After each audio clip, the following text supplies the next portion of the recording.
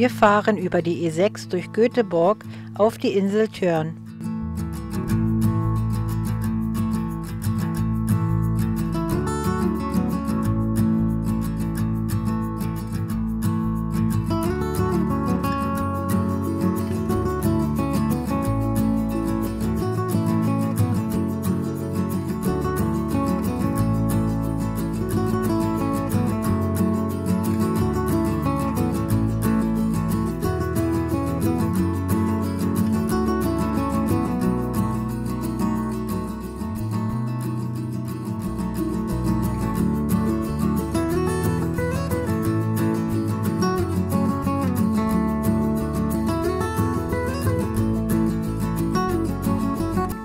Die Insel Tjörn ist die sechstgrößte Insel Schwedens. Auf ihr leben knapp 15.000 Einwohner. Die Insel bietet eine einmalig schöne Landschaft.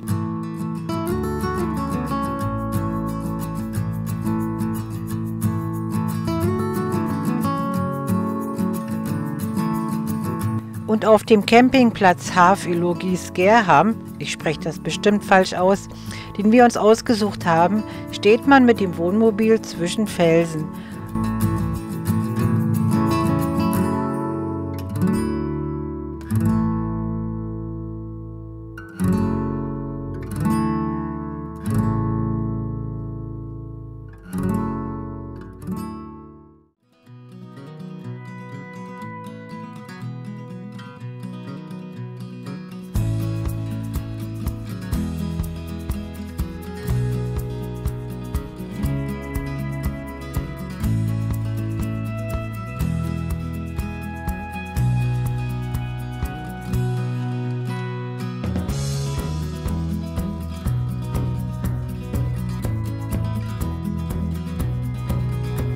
Direkt vom Campingplatz führt ein kurzer Wanderweg über die Felsen bis zum Meer.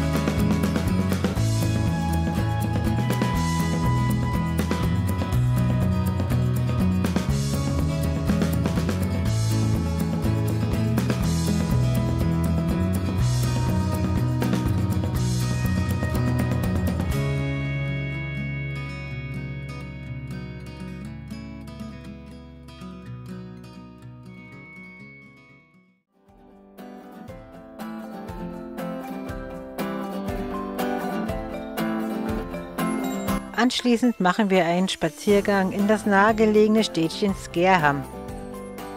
Skerham hat einen wunderschönen kleinen Yachthafen.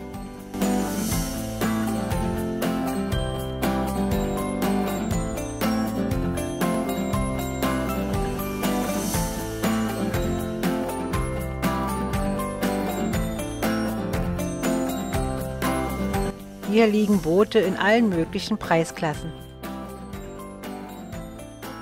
Dieses entspräche wohl unserer Einkommensklasse.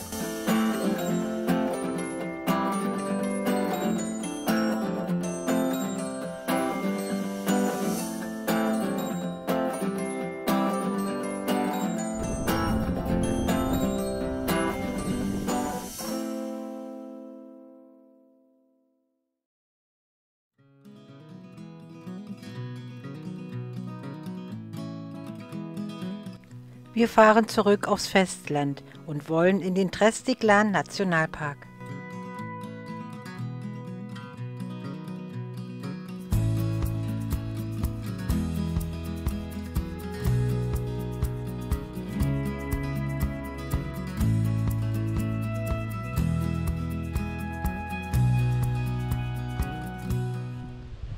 Hallo allerseits, hier sind wir wieder. Detmar und Karin vom Kanal Deka unterwegs. Wir sind immer noch in Schweden und heute wollen wir unsere erste richtige Wanderung machen. Die letzten Tage waren ja mehr nur Spaziergänge. Wir sind im Trestiklan Nationalpark und wollen hier aus 2 Wanderrunden zusammengestückelt, kombiniert eine Tour machen von ca. 10 Kilometer, etwa 150 Höhenmeter. Ja, und dieser Trestiklan Nationalpark hat seinen Namen von einem See, der 3 Zacken hat. Denn Trestiklan heißt so viel wie Dreizack. Und wir machen sogar eine länderübergreifende Wanderung. Wir laufen bis nach Norwegen. Ja, kurz rüber. Also, dann kommt mit. Okay. Also wir gehen den roten und den gelben.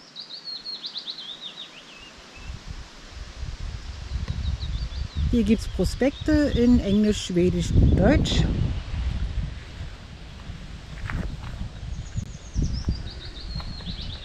Und hier und auch da drüben ist Parkplatz für Wohnmobile, ist richtig eingerichtet, also als Wohnmobilstellplatz sozusagen. Toilette ist auch da.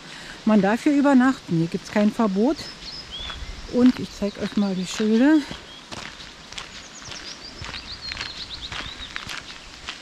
Also hier ist das richtig eingeteilt, wo überall ein Wohnmobil stehen darf. Und dort hoch geht es dann noch zu einem Pkw-Parkplatz. Und das ist der Haupteingang.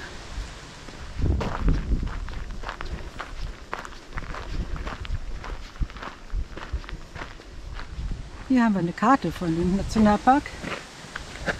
Wir sind hier, laufen den roten Weg bis zur norwegischen Grenze, dann wieder zurück und den gelben Rundweg, der uns dann an dem See vorbeiführt, wieder hoch und zurück.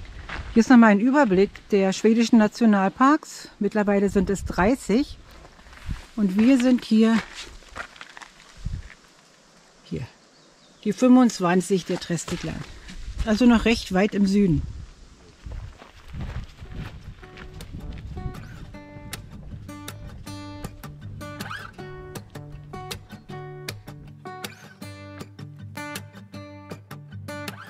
It's been a while since I left.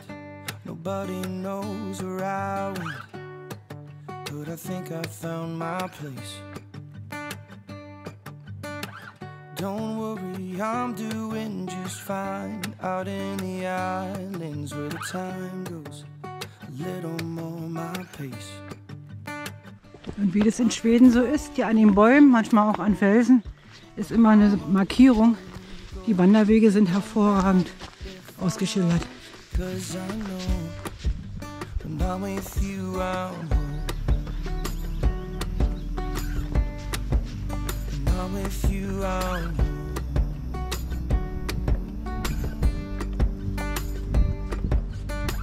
Just riding waves, 'cause I know no matter where the tide goes, the sun is on my face. Searching for treasures in my mind, I know I'll find it, 'cause the islands are showing me the way. I've been floating coast to coast, from Cuba to Mexico. It don't matter if I'm lost, because I know when I'm with you, I'm home. When I'm with you, I'm home. Yeah. When I'm with you, I'm home. Man darf natürlich hier nicht die gleichen Erwartungen haben wie an Wanderwege in Deutschland. Es ist ja alles gut markiert. Es sind auch so feuchte Stellen mit Bohlen ausgebaut. Aber es gibt keine Bänke. Aber es gibt ja in Schweden genug Steine. Wie man sieht. Wie man sieht. Detmar hat ja nur extra die Drohne eingepackt. Aber ich glaube, wir können die heute nicht einsetzen. Es ist sehr windig. Der positive Effekt daran ist aber, wir können hier ganz entspannt sitzen. Nicht eine einzige Mücke. Obwohl hier Wald und Wasser ist. Und ja, es war ja auch feucht, hat ja geregnet vorgestern. Ne? aber keine einzige Mücke. So müsste es weitergehen.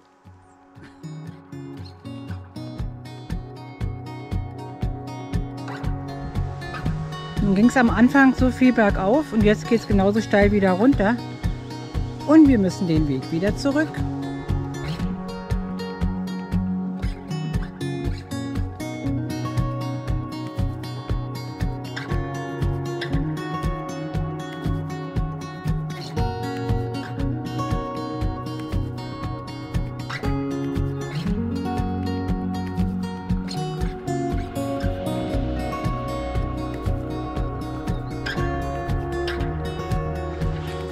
So, ich überquere die Grenze und jetzt sind wir in Norwegen.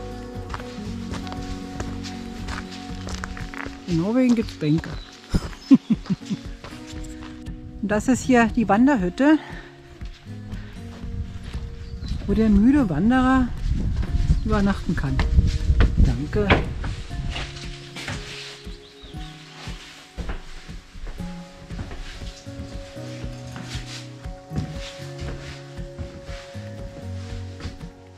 Da oben sind auch noch Räume. Küche, Geschirr ist alles da.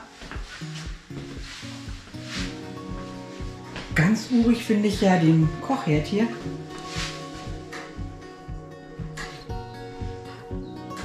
Da sind auch noch Betten. Wir sind ja noch nicht die Fernwanderer, wir haben sowas noch nie gesehen. Tolle Sache. Hier.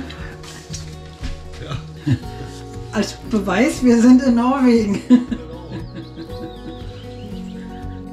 In der Hütte gibt es sogar ein Hüttenbuch für Tagesgäste. Natürlich lassen wir es uns nicht nehmen, uns einzutragen und unseren Aufkleber einzukleben.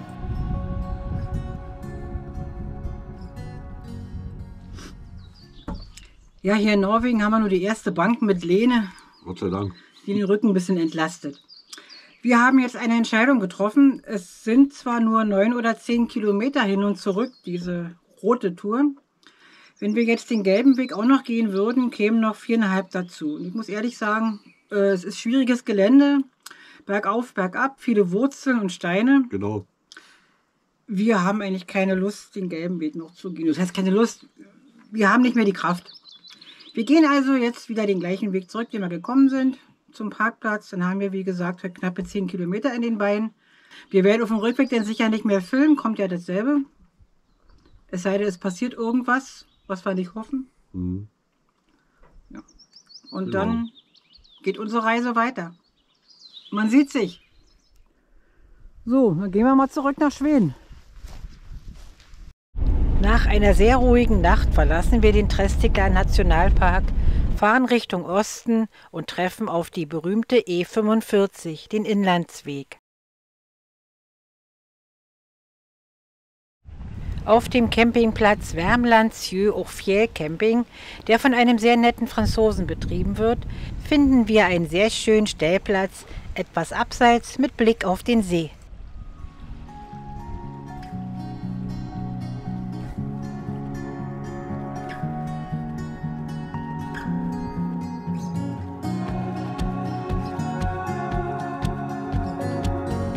Oberhalb des Campingplatzes liegt das Hofjellet, ein Skigebiet, dem wir am nächsten Morgen einen kurzen Besuch abstatten und die Aussicht in die Umgebung genießen.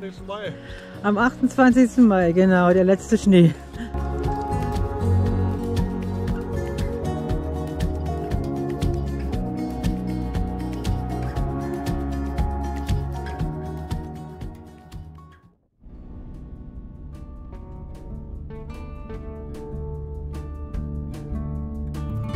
Bei Malung verlassen wir die E45 und fahren Richtung Idre. Während schon die E45 angenehm wenig befahren ist, wird es auf den Nebenstraßen noch ruhiger.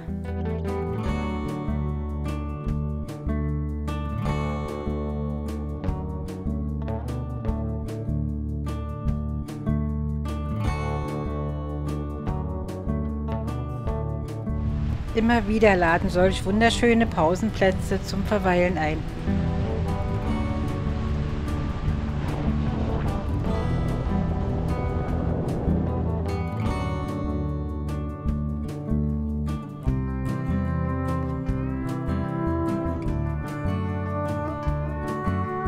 wenige Kilometer vor Idre fahren wir auf einen Lägerplatz, einen Naturcampingplatz, wie man sie in Schweden öfter finden kann. Man steckt einen Zettel mit dem Fahrzeugkennzeichen und dem Datum des Aufenthalts in einen Umschlag, legt 60 Kronen dazu und deponiert das Ganze in einem Briefkasten. Den Stellplatz kann man sich selber aussuchen und schon ist der Check-in erledigt. Die Stellplätze sind großzügig angelegt, es gibt Feuerstellen und Feuerholz, so viel man will.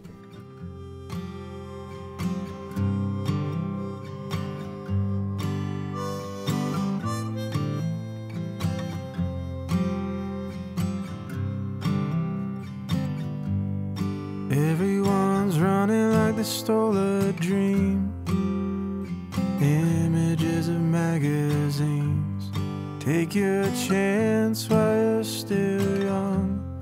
Glory flickers like a candle in the desert sun.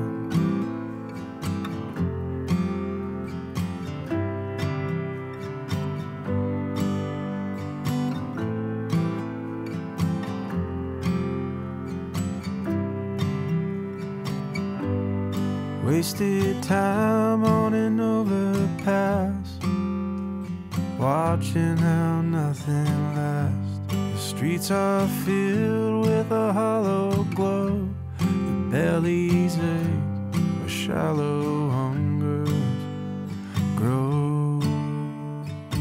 Detmar versucht sich am Feuer machen. Don't rush me, I just want a little more time. Everyone grows older, we all just want to start again.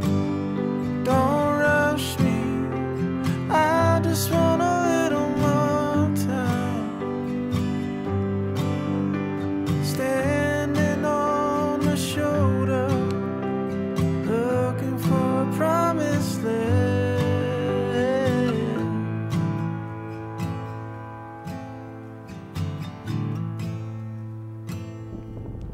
Where do you hide on a quiet night when your fears are nestled by your side? The TV screen burns too bright.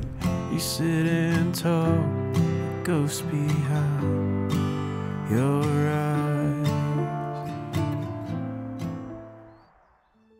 Am nächsten Morgen hatte sich der Wind gelegt und wir konnten unsere Drohne starten lassen.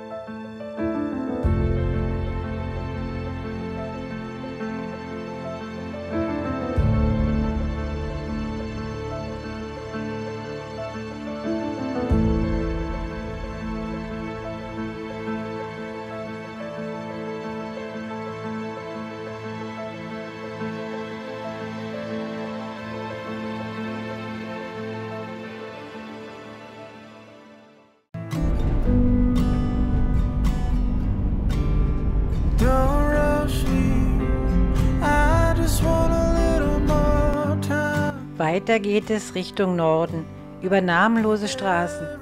Unser Navi führt uns bis auf 850 Meter Höhe und damit fast bis an die Baumgrenze.